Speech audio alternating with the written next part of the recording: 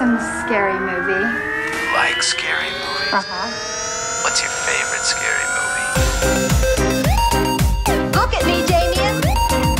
It's all for you. Kill her, Mommy. Kill her. We all go a little mad sometimes. This is my boomstick. Here's Johnny. I have to return some videotapes. We'll tear your soul apart. Hello and welcome to a cannibalistic episode of All Things Horror. I am your host Ben and I'm joined here with my co-host Matt. If you're new to the show, each week we choose a movie to break down and review. We give our honest opinions and rate it from 1 to 10.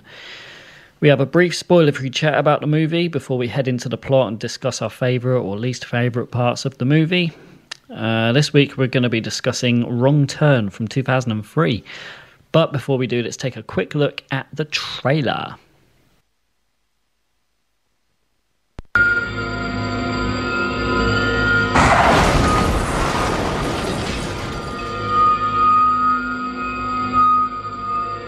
Hey, you all right? I'm so sorry. Yeah. I just found this tied to a tree back there. Somebody did this.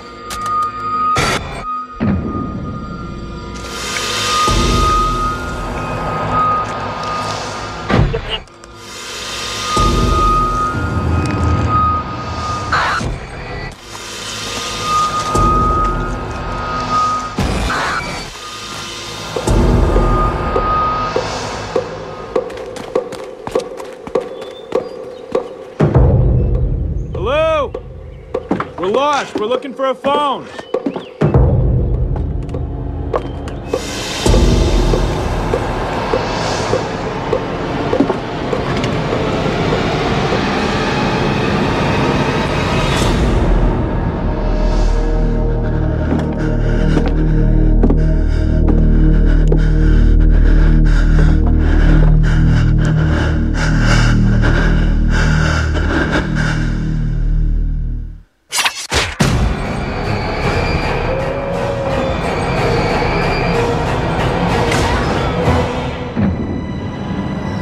Sweetheart. Baby, seriously, this isn't funny.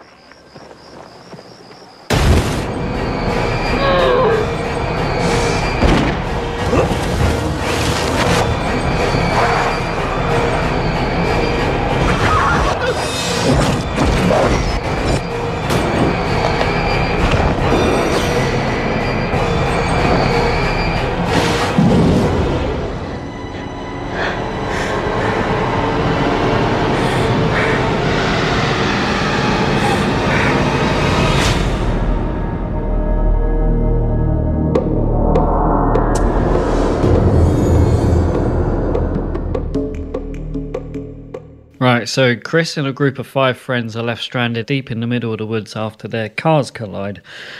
As they venture deeper into the woods, they face an uncertain and blood-curdling fate.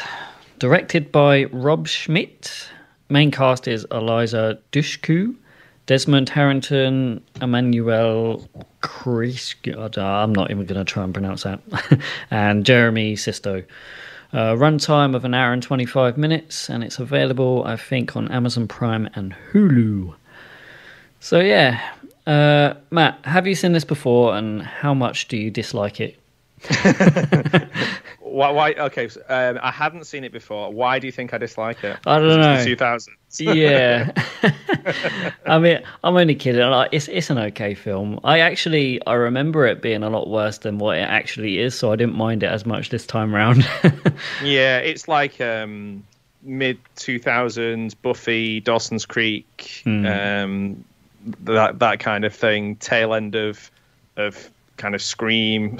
I suppose like Scream 3 era kind of horror.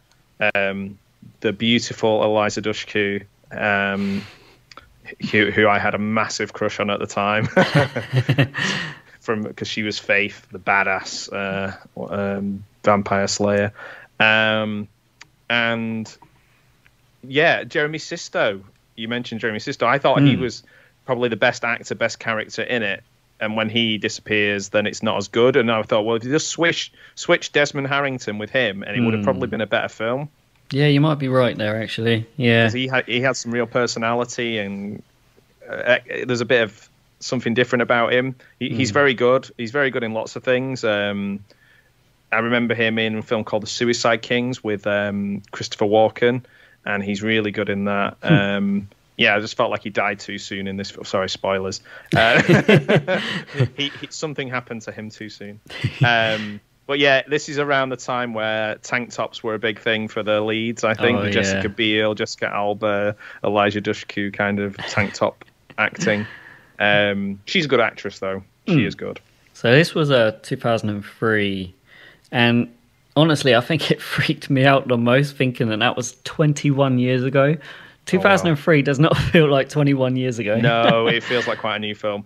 It's quite scary when you start doing all the maths. It was scary for me because I started watching the wrong turn, and I was watching one with Matthew Modine as a dad at the beginning of it, and it was like made either last year or this year or very recently. Yeah. It's like a remake, and I was like, oh, okay, I'll stick with this. And then I got into it, and I was thinking, no, this doesn't feel like it was early 2000s. This doesn't work. Yeah, I was going to ask that as well, because there's quite a lot of sequels. I think there's 6 in total to the franchise, and then that one that you just mentioned there, which is just called Wrong Turn, which was 2021. Is that, I don't know if that's a reboot or a remake? Yeah, I think that's Rob Schmidt as well. Oh, okay. I think he drifts away from them and then is like coming back to them to try and bring them back around. There's a few different links to like the people who did the sequels. Like I think the second one is Joe Lynch, who just did Suitable Flesh. So I did a review of Suitable Flesh, and I said that I wasn't a massive fan of his direction, and he directly messaged me about it. Oh, really? Yeah. He said, well, my mum thought it was good. I was trying a new way I was doing 5 positives and 5 negatives about the film. And one of the negatives was like, obviously it was a Lovecraft film, and it was kind of very similar to Stuart Gordon's work. And I was like, it's just a shame that the direction was a little bit pedestrian. Oh. And obviously he got really upset. and message and put a comment under the review. So yeah, sorry, Joe. Which one was that? He did Suitable Flesh. That was far, but that he did recently with Heather Graham and Barbara Crampton, and it's like a H.P. Lovecraft film. But he directed the second one. Right. Okay. Of this, the good thing I noticed about this was this was another Stan Winston effects film. We've covered a lot of Stan Winston films over the. Remind me who. Well, the ones I wrote down. I tried to write down ones that weren't horror as well that I thought were interesting. So he's most famous for Jurassic Park, right? And all I wrote down was, because you know what my memory's like, I just wrote down things that I thought would be interesting rather than ones that I needed to remember. And he also did the Flintstones. But I know we didn't cover the Flintstones. We can if you want. He did Terminator 2. We haven't covered that one. Aliens. We did Alien, didn't we? Or did we do both? We did both. We've done both, yeah. He did The Island of Dr. Moreau, Interview with a Vampire, Batman Returns, T2, Edward Scissorhands, Starman, Friday the 13th Part 3, The Thing. He did some of The Thing, additional makeup effects, Dead and Buried, Friday the 13th Part 2, makeup artist, mainly makeup. On this one, he does the whole shebang. Oh, okay. So yeah, he's a bit of a legend. He's interesting. They brought him in on the Flintstones to do the dinosaurs, and then the dinosaurs were too realistic, like Jurassic Park ones, and they ended up going with Jim Henson and getting them more Muppety. So yeah, it's an interesting group of people. 6 sequels, I believe. Yes. Yeah. Right. So I'll quickly list them off. So we've got this one, Wrong Turn, and then it's Dead End, Left for Dead, Bloody Beginnings, Bloodlines, and Last Resort. Always have to have a Bloodlines in there somewhere. Well, that's interesting actually, because I think So director Rob Schmidt, like he doesn't have an awful lot to his name, but No. this is by far like his most known film that he's done. But the only other two in his filmography that I know of is probably the worst sequels to Hellraiser, which is 6 and 7. Oh, right, okay. And so I know he did a Crime and Punishment in Suburbia that I really wanted to see around that time. Again, it's the kind of mid-2000s actresses that you kind of watch and go, oh, she's pretty, I'll watch this film. It's like, I think Monica Keena was in that one, and I really wanted to see that, like a modern version of Crime and Punishment, but I never got round to it. I didn't realise he did the sequels to. Yeah, so I don't know. Sequels. I don't know which Hellraisers they are. I just put down 6 and 7, but I know one of those was called. I'm pretty sure one of those were called Bloodlines. yeah. Well, they did 2 back to back, 2 of the later ones back to back. So if he did, it might be that he just might have been directed those them, two. Yeah. However, these days you can't get away with doing what they did with the 3 Musketeers and the 4 Musketeers, which was film them back to back and don't tell the cast and pay them one amount of money, which they did get sued for doing actually and had to pay some. So. But these ones, they're definitely 2 of the Hellraisers were back to back, and I remember that. Right. Yeah. Yeah, Rob Schmidt, like, he considers this to be his personal tribute to the classic horrors like Texas Chainsaw Massacre and Hills Have Eyes. Okay. And I can very much see the influence of the Hills Have Eyes in this film, like especially the remake, because they did a remake in the 2000s as well. And I've always said, like, those two, Wrong Turn and the remake of Hills Have Eyes, they're basically the same film, except one's in the desert and the other one's in the woods. Yeah, it's that kind of in the woods hillbilly folk.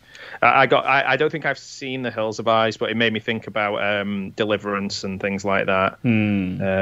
I can't find which one of the Hellraiser he did. I was just having a nosy, but I can't find which of those he did. I know he did Crime and Punishment in Suburbia, which I like, again, and it stood out because I wanted to see it, but I can't find his other ones. Yeah, I did write it down, 6 and 7. I think 7 might have been Deader, so whichever one was before that. I just lost the will to live near the end of those. I know.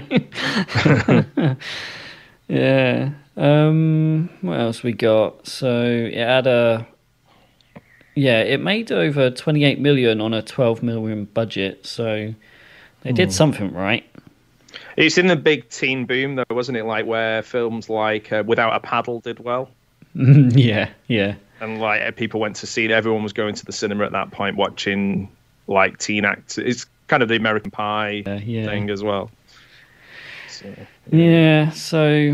I mean, the critics, they're very mixed in their reviews, and I can get on board. I know where they're coming from, because they liked the premise, but they didn't really like the script and the characters and the overall kind of horror cliches, which I'm sure we'll get into because there is a lot. Yeah, there's only really one character that has a personality, and that's like Jeremy Sisto's character, Scott. The rest of it, I think, like Jessie is she's good because she's Eliza Dushku. Like that's why she's good, not because it's written well. And Desmond Harrington is just like who plays Chris. He's just like just sort of stoic, handsome guy. And I remember him. He's in Dexter. I think he's one of the cops in Dexter. But then the rest of it, you're just kind of relying on the fact that the people, the baddies, look gross. Yeah. What's his name? Desmond Harrington. So I think he was in a film called Ghost Ship. Have you ever seen that?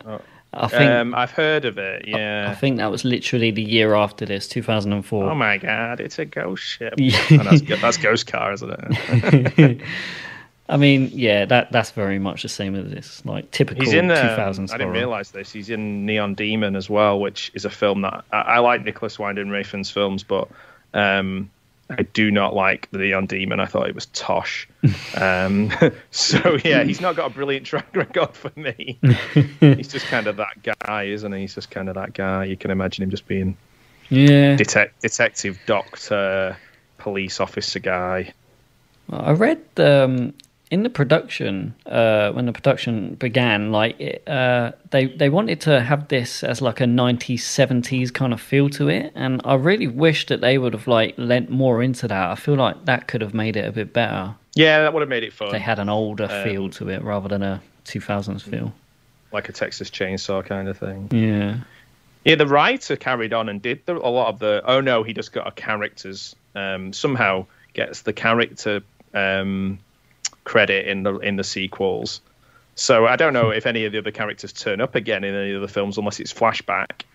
Well, I don't know. I haven't seen any of the others. He's got his name next to every single sequel. Oh, wow. But it is characters. So. Well, I think 2 and 3, they're actually prequels to this one.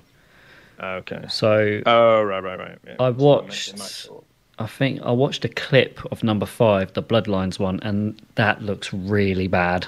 Yeah. I think one of them's made by a British guy, or maybe I'm imagining that. But there's a director who made loads, like a ton, or who just passed away recently, who made a ton of kind of direct-to-video kind of films.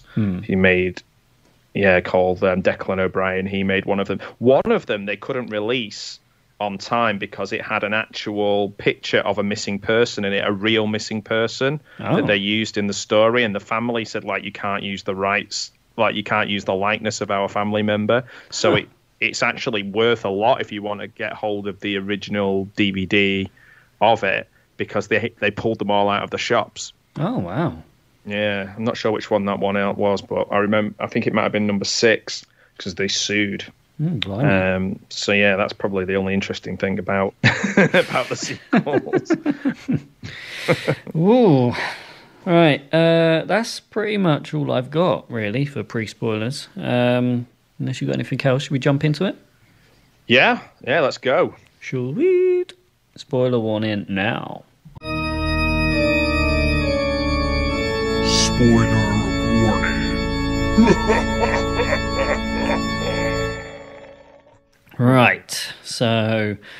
the film starts off with 2 people rock climbing in the forest. One gets to the top and is murdered, and someone begins to yank the other climber up, so she cuts the rope and falls to the ground. But when she attempts to escape, she trips on a barbed wire, and she's caught and dragged away screaming. Then it's into the intro credits, and during that it shows like newspaper clippings of genetic mutations and reports of missing people. Yeah. There's always loads of radio ads in films like this, and or news on the radio where they're like, "Do not go down there because it's very dangerous. Somebody's just died," and the person always switches the radio off. Yeah. Yeah, I mean, I quite like the intro. I thought it was pretty solid. A little bit cheesy, and the acting was, but enjoyable nonetheless.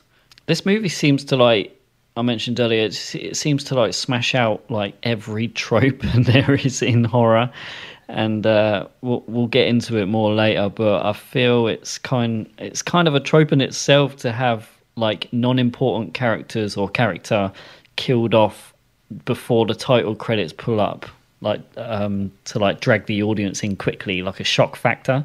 Yeah. Films like Scream and Friday the 13th, like you have that initial opening scene, quickly kill someone off, and then flash up the movie name. And that's what Cronenberg said as well, wasn't it? To get to scare people as quick as possible. So and then they then keep them scared. Yeah, maybe the issue with some of these films is it doesn't keep them scared. Yeah. So I mean, I guess it's not really a trope, but do you reckon that makes for a good start to a movie? I thought it was okay. I thought it was good. I think like all the effects in the film are really quite like shocking and well done. So that helps. It reminds me a little bit of not as over the top as, but it reminds me a little bit of the Hatchet film.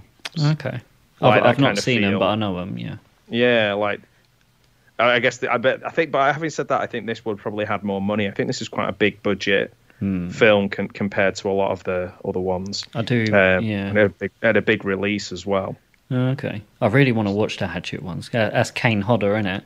Yeah, it's basically just like Adam Green, who's made them, they're essentially just a love letter to the old slasher films with all the people that you might recognise from lots of other films. Lots of jokes, lots of blood and guts, really over the top. But made, you know, on a quite a small budget, but just kind of powered along by the fact that fans seem to really, really like them. I wish I liked them more than I did, because I like the idea of them maybe more than the actual films. But the, you know, I like him and I like some of the bits of the films, but some of it's quite funny and some of the kills are quite amazing. But yeah, they're good. I think he's kind of like the prototype for the guy who made Terrifier. I think that's Adam Green. I think like he's got that kind of hustle. Yeah. So yeah. So these ones are like, this one feels quite slick. To answer your question, I think this feels quite slick and like well put together for like Final Destination kind of film. Yeah. No, I agree with that. So Chris Flynn is on his way to a business meeting and he stops at a gas station to ask for directions. But the elderly owner, he's about as useful as Stevie Wonder's reading glasses. Hey! He finds a map and he decides to take a shortcut through the woods and without paying attention collides his car into another. That was a good little crash, actually, wasn't it? It was actually, yeah. The car belongs to a group of college students. They're on a camping trip. Jesse, Carly, Scott, Evan and Francine. Their car tyres were punctured by barbed wire, which they find, and it was no accident, and someone did it intentionally. Shock. So yeah, characters. What are we thinking? They're just like person A, person B. Yeah. The two people who have sex and get stoned who will die early on. Yeah, absolutely. I mean, not terrible acting. No. But not great either. No, like I say, I think Jeremy Sisto's a really interesting actor. I think he's deserving of like a big career resurgence or some sort of big part because he is so good. He's played all these roles over the years where he's just popped up and people are like, oh, he's really good in that. And then that's it. Yeah, I mean, I feel like Eliza Dushku, like she kind of... I'm not sure how it was filmed, like in sequence wise, but I actually think that she gets better the further in you get. Like the very first bit, straight out the gate, I feel like she came on a little strong in the first scene. Yeah, like a little unbelievable. She's totally still in Faith mode at that moment because like Faith is so full of personality and she's such a badass as a character and like cocky and like. And she does it in Jay and Silent Bob Strike Back as well, where she plays a character that's kind of sassy and strong. And she's unlike a lot of female characters at the time of that age, where she's like super confident. And I think she just brings that to all of her roles. I really like her. Like I'm probably a bit biased because I was just like thought she was amazing at the time, but. Yeah, she's a really good actress, but she's not got a lot to do, I don't think. No. And I found it quite funny how what's his name? Chris? Yeah, Chris. Yeah. I found it funny, like when he drops a CD on the floor of his car, doesn't he? And he's searching around for it, and I've seen this before. I know there's a car crash. I was like, oh, here we go, and then he picks it up, and I'm like, oh, okay, that's not how I remember it. And then he gets distracted by a dead deer on the side of the road. Well, yeah. And I was thinking about the CD. Like, if it's skipping before he takes it out, he drops it on the floor, puts it back in, and it starts working again. I know from playing CDs in my car for years and years and years, once it starts skipping, that's it. It's fucked. So I was just like, this isn't believable. This isn't true. And then, like you said, I was thinking about that, and then he crashed the car. I was too busy thinking about the CD. That's the thing that you take away that's unbelievable about this film. Yeah, I was like, this is ridiculous. CDs, you'd have to clean it with something. But yeah, it's weird because I was just looking through his thing and I was talking about the kind of era that literally the first thing or the last thing that Jeremy Sisto did before this film I know we're talking about Chris, but I think is Dawson's Creek. So that tells us exactly. It's literally the same year. It probably just went straight from Dawson's Creek. He did one episode of that into being in this. Whereas Desmond Harrington, again, he's just a bit of a bland bitch in this, isn't he? He is very much. So Evan It's not and his fault. yeah, Evan and Francine stay and watch the cars while the others go and get help. Evan wanders into the woods after hearing something, and Francine goes to look for him, and she finds his ear on the ground. And then a mysterious figure forces barbed wire into her mouth, then ultimately killing her. The others find a cabin, and when they head inside to use the phone, they find human body parts everywhere. Disgusting! 3 cannibal inbred mountain men enter the cabin with Francine. 3 handsome chaps. They enter with Francine's corpse, and the others are hiding. They pretty much watch her get chopped up into bits and eaten. Yeah, he's got. Which one's he? Is he One Eye or Sawtooth or Three Finger? Yeah, I was gonna say. I'm not sure if you know Great names. the names here. A lot of thought went into that. I made a note saying exactly that, saying Sawtooth, Three Finger, and One Eye. You don't got to be a genius to figure out why they're called that. Crazy. Yeah, it's just like, well, we're not giving them names. They don't need names. They don't say anything really. So, all right. So that one's got one eye. We'll call him One Eye. We'll call him Three Teeth or whatever the other one's called. Sawtooth, One Eye, Three Finger. The old 3-finger salute.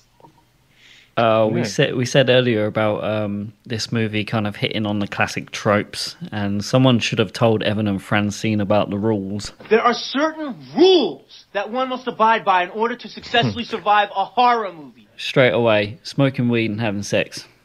But to be honest, even if Evan didn't die from that, he should have died from those ridiculous glasses he was wearing. They were like goggles. He's like Seth Green's character trying to be cool in Can't Hardly Wait, with the goggles and it's just there's some weird fashion choices around this time. Yeah, tank tops and goggles. Tank tops were definitely the thing, weren't they? Like in the posters and stuff. Literally, the poster is, I would say, or the poster I can see, is probably 70% Eliza Dushku and 10% like blurry face of a monster, and then the rest of it is just the words. She gets second billing as well, like. And half top does better acting than Desmond Harrington. And half of that poster is just a straight up tank top. yeah, it should just be a tank top with no person in it. Do you want to see more? Then watch the film.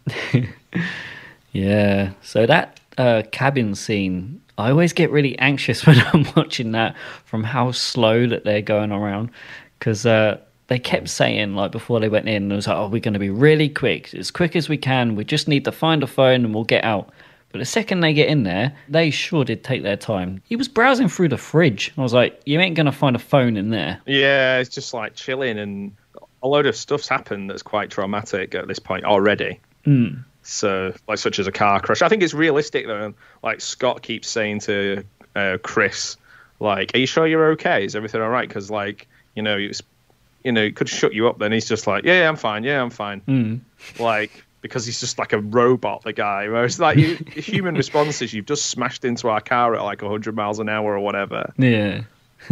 Like, you might be a little bit. He doesn't show any emotion about that. Then they, make their way into this thing, and even getting out of it when he's holding on to is it like a spring? Oh yeah, on the door to get them out. Yeah. And it's cutting through his hand, and you see, there's nothing. There's like no emotion. It's like, this thing is like, this piece of metal is just cutting your fingers off, and you're just like, go, keep going, go. Yeah, and I didn't get that either. Like, how is that spring cutting him? Is it like a spring mount? Oh, it's spring mounted, but like where it's one of those doors where it's set up so that it slams shut, and that the pressure on the spring is like he's stopping it creak and stopping it close by putting his hand in there. In which case, though, you'd be screaming. Yeah. Yeah. I mean, if you've ever caught like your leg on the edge of a trampoline when you're going to get off. Yeah. He's just like, go. I'm a hero. I'm trying to be a hero. You get quite a lot of CGI in this film, actually, if you look closely. Like, there's quite a bit of CGI. And what did you make? Because I think it's Francine. She's looking through the keyhole. It's like a zoom-in, panned-up shot going into the keyhole, and you see her eye looking through that. It's just funny, isn't it? Like they do these things. It's just like they're just working out how to use it. Yeah. It's like when you use editing software and you find out that there's like all different kind of video effects, and you're just like, oh well, I need to put all the fire, all the stuff in it. I do it when I'm editing something. I'm just like, this needs more fire. This like, so I think this is around the time. I don't know how far is this from, like, say, Event Horizon or something like that, because that's one where. You know, there's so much CG. Oh, that's 97. Yeah, I was going to say it's late 90s. We've moved on a bit from that. Yeah. So after a heavy meal, they decide to have a catnap. The group try quietly to sneak out, but apparently not quite enough, as they wake up sawtooth and they get chased into the forest. When the group are in a field full of cars from previous victims, Chris gets shot in the leg while trying to distract the cannibals. So Scott attempts another diversion for the other three to escape in their truck. But as he runs to meet them, he gets killed with arrows. Which actually, because you were saying he was probably the best actor out of all of them, I definitely agree in this scene here. Like, he plays that off getting shot so well, more realistic than I think most films would. Like his reaction and the actual like reality of getting shot by an arrow, because the first arrow don't actually took him down. It was like a shock. You hear the thud hit his back, and you see the shock in his face, and then he kind of stops and then goes to start walking again, and then get another couple, and that's when he kind of like goes down. But that's sad. That was the only part of the film where I was sad. Yeah. I was like, oh man, I really wanted him to make it as well, because the little things that he would say and the things that he would discuss, like even in those little moments, whether it's about the wedding or whether it was about the guy having the crash, he made it feel a bit more real. Yeah. So when he got, I was like, oh man, we're going to put up with Chris for the rest of the film. It's like, yeah. And really, we're supposed to think, oh, Chris, what a guy! Like he's taking all these shots and taking all these things to protect the other guys, but we're not thinking that, are we? We're like, oh, I hope the other guy is okay. So Jesse, Carly, and Chris, they find a watchtower with an old radio, and they try and call for help. But when the radio starts responding, their cover is blown, and the cannibals try and get inside the watchtower, but they can't, so they set it on fire. But they escape by literally jumping out of the tower and into the trees, and then they get chased, and then Carly is decapitated by Three Finger. Gotcha, bitch! Gotcha! Yeah, the whole jumping out of a tower and into the trees just seems like the dumbest shit to me. Like, not the fact that they did it, because obviously they were going to die anyway, so why not? But like the practicality of it, like no way they would have survived that. But they just jumped into the tree, and yeah, I don't know. And then there was a full-on like chase in like tree jumping. Yeah, there's. He kind of backs him. One thing about him, maybe he's a doctor. Maybe that plays into the fact he's a doctor. Maybe he's got a bit of like God complex, or whatever. But he backs himself for everything, Chris, doesn't he? He's like, I'm going to jump out of here, and she's like, it's about 50, 60 foot, that, Chris, and he's like, no, I think I'll be okay. He's got that sort of what's the word? Complete faith in himself. It's fine. But yeah, we were talking about CGI. When Carly gets decapitated, that was pretty cool. Like, you get a zoomed-in shot of her eye, and then it pans down, and you just see her body just fall from the tree. But it's quite interesting, actually, because we see her eye, her CGI eye, through the keyhole, and now we're seeing her CGI eye. CGI. You know what I mean. I know exactly what you mean. Yeah. There's lots of CGIs in this film. There is. I things need to feel like super real, don't they? Because that's basically what giallo and Italian films are kind of built on, is like that idea, and a lot of other films are built on that idea of like touching things that you shouldn't be touching, or cutting things that you shouldn't be touching. It's like intimate detail. Whereas like if you start doing it with CGI, people are just like, oh look, there goes the CGI. Hi. But yeah, this is I didn't realise this until just scrolling through before when we were talking. This is mainly filmed in Canada, isn't it? Is it? No, I didn't check, because I know it's supposed to be set in West Virginia, but I weren't sure where the actual filming location was. I think as well. Again, we've talked about this once before, haven't we? That like if I was from the south of the USA, I'd be really offended by these kind of films. They're either like, even the guy in the petrol station at the beginning, it's like no teeth, can hardly speak. His name is One Tooth. Oh yes, of course. How did I? Yeah. So sorry. Not no teeth then. One tooth. It's ridiculous. Yeah. So Chris, he pulls a branch while Jesse lures Three Finger into place, knocking him down. And then they flee and they hide in a cave until morning. The cannibals find them and take Jesse back to their cabin. Chris finds a police officer, but he gets shot in the eye with an arrow by Sawtooth. Boom! Headshot!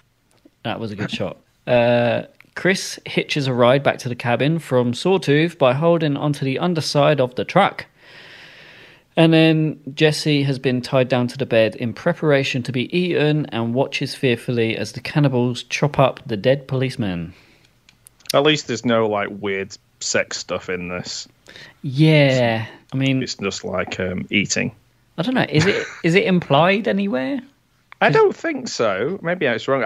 There were certain bits. Now, I'll be honest with you. I could not find a copy of this to watch for free anywhere, and I really didn't want to buy it.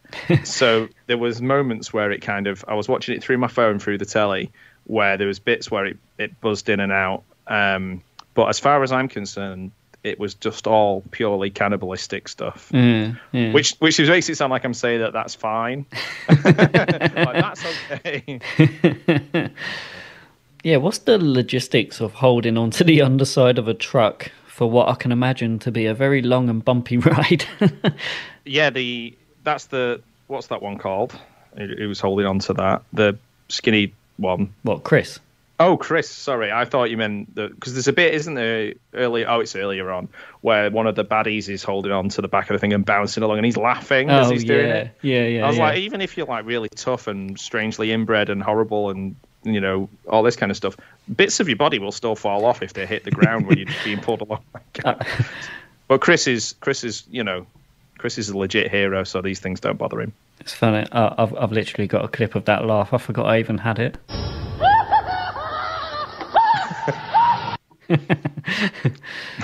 Yeah, and also like everyone up until this point gets like straight killed and then dragged away, but Jessie, for whatever reason, she just gets taken and tied down to the bed alive because, I don't know, reasons. Makes a good film. Just to make the film a bit longer. We're already struggling, really, aren't we, for content, I think, in parts of this film. Because there's a lot of time dedicated earlier on to just walking. Yeah. It's an hour 24. It's not even made it to an hour 30, and there's still padding where they're walking along. And like they're looking over a bridge or talking. To be fair, some of that is character building stuff, but I think that's just Jeremy Sisto going, I'm going to have to say something here because the script just says walk. She's like, Oh, and she tries to work out what's going on with him, with Chris as well, like what kind of person he is and stuff. And then after that, obviously, once the baddies come into it, we've not got time to talk anymore. We don't need to learn anything more about these people. Like, tell me one thing about Jesse.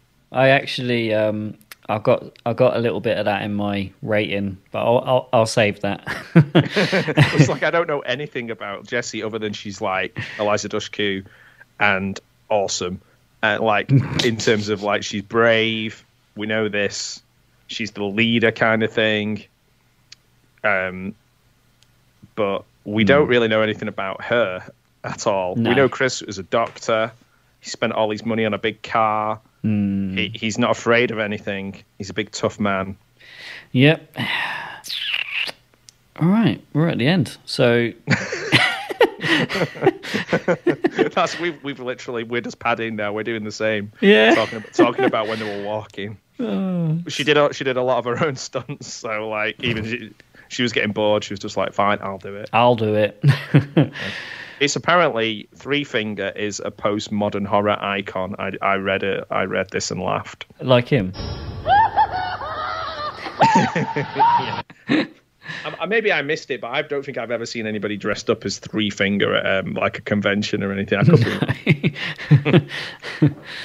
be. So Chris, he crashes the truck into the cabin and then fights off 3 cannibals and frees Jesse. They escape after blowing up the cabin, and the pair drive out of the forest, stopping at the gas station and taking a map, living happily ever after. Did you watch the kind of like, it's not, well, I think it's classed as mid-credits scene? Oh, right, no. Okay. Switched it off. Literally just a little bit into the credits, it pops up, and there's a deputy sheriff who had received that radio call from earlier, and he goes and investigates the remains of the destroyed cabin. And then, laughing insanely, Three Finger, who survived the explosion, rises and kills the deputy. Horror icon. He lives. So I'm so glad, because I see him as a horror icon. And also, I was right. I just checked. There isn't any nudity or any sex scenes in this. However, they did try to get some in, and they are in every single one of the sequels. Well, there isn't any in this, which actually I think makes it quite refreshing for this type of film.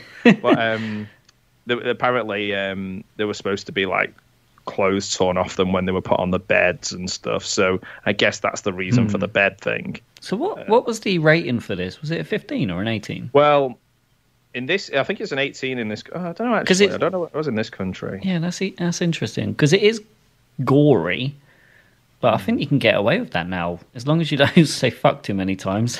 Well, this is it. It's just so strange what's acceptable and what isn't, either in the UK or the US. And like, I believe the trailer for this was like too intense for certain times of day.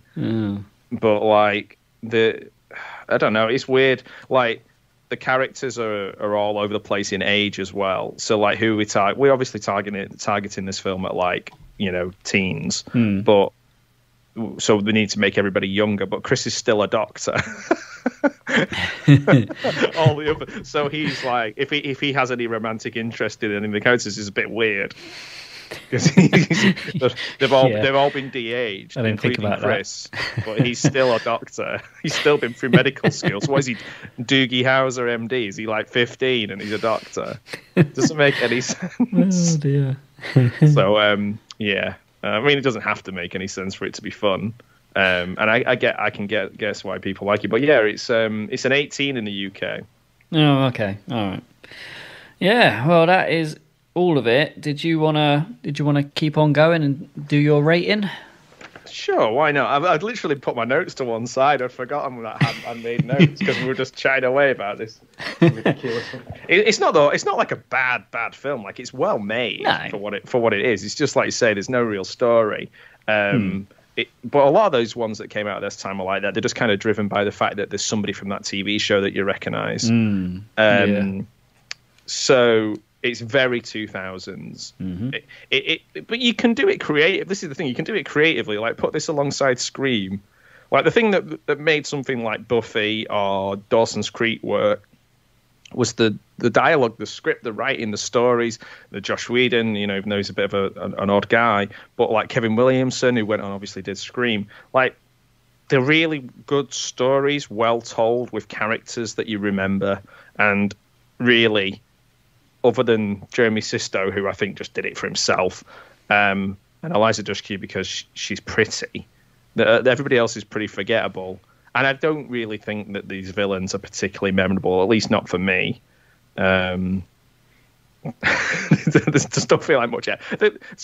Sam Winston's done a good job. Stan Winston, sorry, I don't know who Sam Winston is, but Stan Winston's done a good job with all the, the effects and things. But we don't really know much about these hillbillies, and I don't know. So for me, it would be a 5 out of 10, but Eliza Dushku's in it, so I'm giving it a 6. Ooh. Oh, and Jeremy Sisto as well. He's good in it. So I'm giving it a 6 out of 10.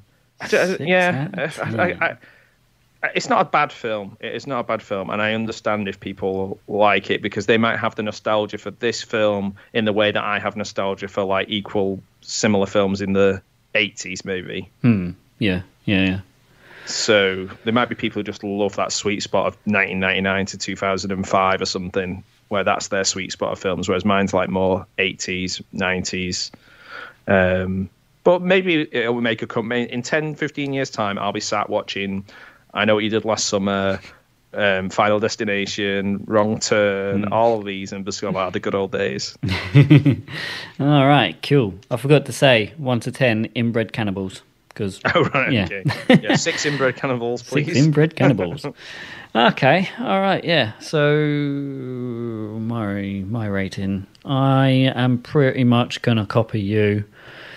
It was enjoyable in the sense that it is what it is. It's a cat and mouse horror with plenty of tension. It's quite a simple premise. Everyone you think will die dies, and everyone you think will survive survives. It exactly is what it is. What it, like you said, it is what it is. It is what it is. It isn't what it is. What it isn't. No, it is what it is. Yeah, you don't get a lot of character development. The only backstory we really get, Chris is on his way to an interview, and Jessie recently broke up with her boyfriend, and that's why they're camping. Other than that, you don't really get anything else. I think the killers were good. In particular, the horror icon himself, Three Finger. He's a fun guy.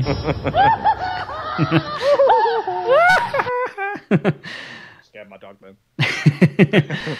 Yeah, not quite sure how they stretched this out for a further 5 more films. I could say for another 5 more minutes. Well, that's what you're going to say. It's still only an hour 24. I don't know. I don't know if I'll watch anymore. Maybe I will. Maybe I'll give the second one a go. Let's watch all of them. All 6. All 6 and the remake in a row in 1 week.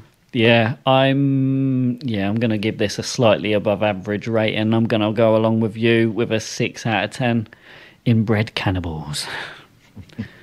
All right, let's head into some trivia.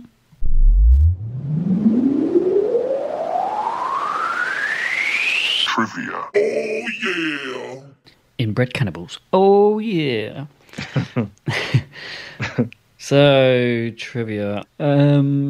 I can't pronounce Carly's last name.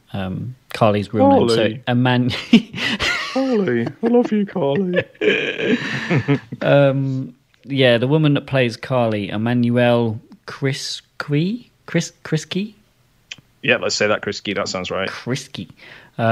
She dislocated her shoulder performing her Fall from the Trees. And apparently you can hear her shoulder pop on the production track in the theatrical sound mix. Oh, man, I need to go and watch this in a theatre and really get that. Ow! Fuck it out, the shoulder! God. Leave it in. Leave it in. What else? When the 4 are running from the cabin after awakening the mountain men, Desmond Harrington broke his right ankle after landing on the opposite side of the log.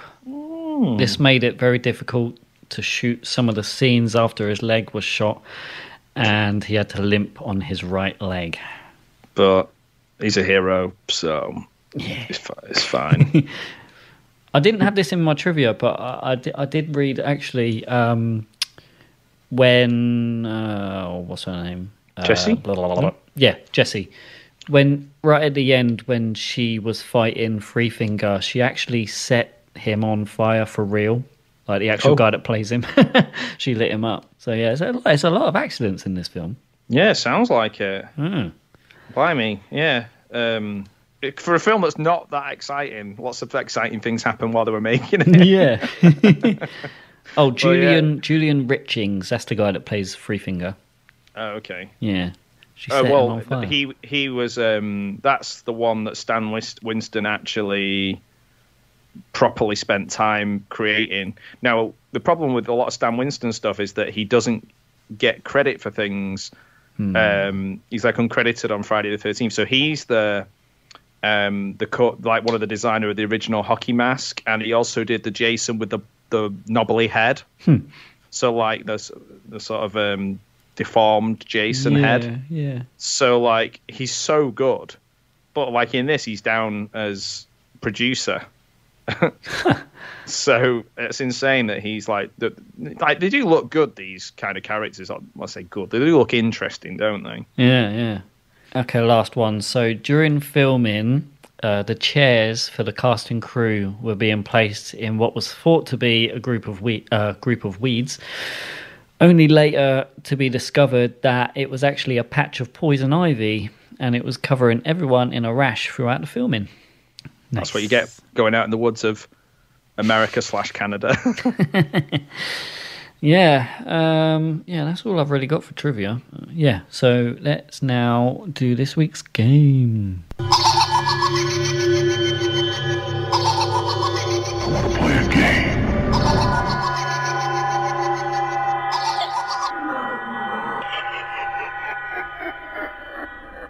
All right, the game I've made for this week is Do You Know Your Cannibals? I'm going to describe cannibal-related horror movies, and you got to try and guess which one it is. Oh, crap. No, I don't. Well, let's go. So, a family gets stranded on their way to California and are attacked by a group of psychotic cannibals. On their way to California, psychotic cannibals. The film California with a K? No. No, that was The Hills Have Eyes. Oh, I was going to go for that, and I thought it'd be too obvious. I've never seen that one, so. All right. I'm not a big fan of hillbilly inbred kind of stuff. Eh? It's just not my thing. Next one. This film was banned in most countries due to its graphic content, including sexual assault and genuine violence towards animals. Deliverance. Oh. No, that one was Cannibal Holocaust. Oh, okay. That does happen in Deliverance as well.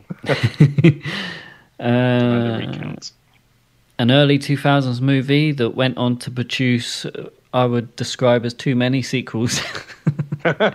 Wrong Turn? Yeah. All right. It's set in 1846. No. Falsely convicted man returns to a shop in London and takes revenge on customers with the help of a fellow shop owner. Oh, Sweeney Todd. Is that the first one I got right? Yeah. Oh, no. All right. Oh, no, you got Wrong Turn. 2. 5 friends ran out of gas while driving to their grandfather's house. One by one, they are tormented and killed by a man and his psychotic family. Texas Chainsaw Massacre. Last one.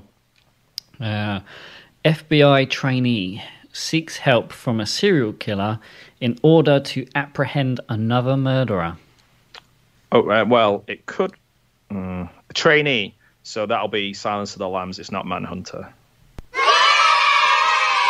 But if people have only seen Silence of the Lambs, they need to watch Manhunter, because that's a much superior film, I think, in my opinion. Yeah, that's it. Yeah, and that is the episode. So just to wrap up, next episode, because it's going to be Valentine's Day next week, I figured... Oh, what have you got me? I figured it would be a good opportunity to cover My Bloody Valentine from 1981. I figured it would be the St. Valentine's Day Massacre. My bloody Valentine. My Bloody Valentine. Yeah, I don't think I've seen that one. The original, 1981. I've seen both. The remake I don't like that much, but the old one is great. Yeah, I think I've only seen bits of the remake, 2009, that one. But yeah, I'm looking forward to seeing that. I love finding old classic horrors that I've not actually seen before.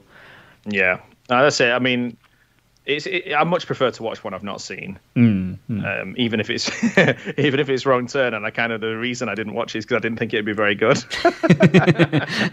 And I was right. It was bang average. But there's going to be some people out there where we really offend them because their favourite film of all time is Wrong Turn, and they've got plenty of reasons for that. That's cool, man. That's I like fine. it. It's okay to love a movie. Yeah, even if it is bad. And just one last thing to mention is by the time this episode comes out, I'll have this month's poll pick, and the theme for this poll pick is going to be killer dolls. Oh, cool. Yeah, so that is a favourite niche of mine. Oh, yes. So it's funny because all three of these are completely different kind of subgenres. So we have obviously the original Chucky, Child's Play, which is a slasher. We got a more newer one, a new kind of AI film, so Megan or Mafregan. Yeah, not seen that. And we've got a supernatural, which is Annabelle. Oh, Annabelle. I thought you were going to say Dolls. Dolls is a good one as well. Yeah. Child's Play, Mafregan, and Annabelle. Well, yesterday I listened to a friend of mine interviewed, what's he called? Alex Vincent, who plays, what's the kid called in Chucky, the first one? Oh, yeah. I know who you mean. He did a really good job interviewing him. He doesn't do many interviews. But yeah, if anyone wants to go and check that out on YouTube, it's JT's Horror Discussions. And he interviewed Alex Vincent, a.k.a. Andy. I've got the DVD here. I had to get it. Yeah, it left I must have heard it 100 times yesterday. But he interviewed him. It was a really interesting interview about the series, the film, and everything. So in a way, I hope that wins because I've done a bit of research already. Yeah, that would be a good one. Yeah. Yeah, awesome. And that's the whole episode. Unless you got anything else you want to add before we head out? No, that was it, really. That's really cool. So My Bloody Valentine, let's go. Yeah, that'll remind me to buy a card as well. So that's good to know. Yeah. Awesome. Expect your gift in the mail. Nice one, dude. All right, thanks. If you've liked today's episode, be sure to go and like us on Facebook. That's where we announce our next episodes, as well as each month doing a themed poll pick where you get to choose what you want us to watch. We like to hear from you, so please feel free to leave us a comment or send us a message, or you can even email us at allthingshorror666@gmail.com. That's all for today. Thanks for listening, and we'll see you in the next one. We all go a little mad sometimes.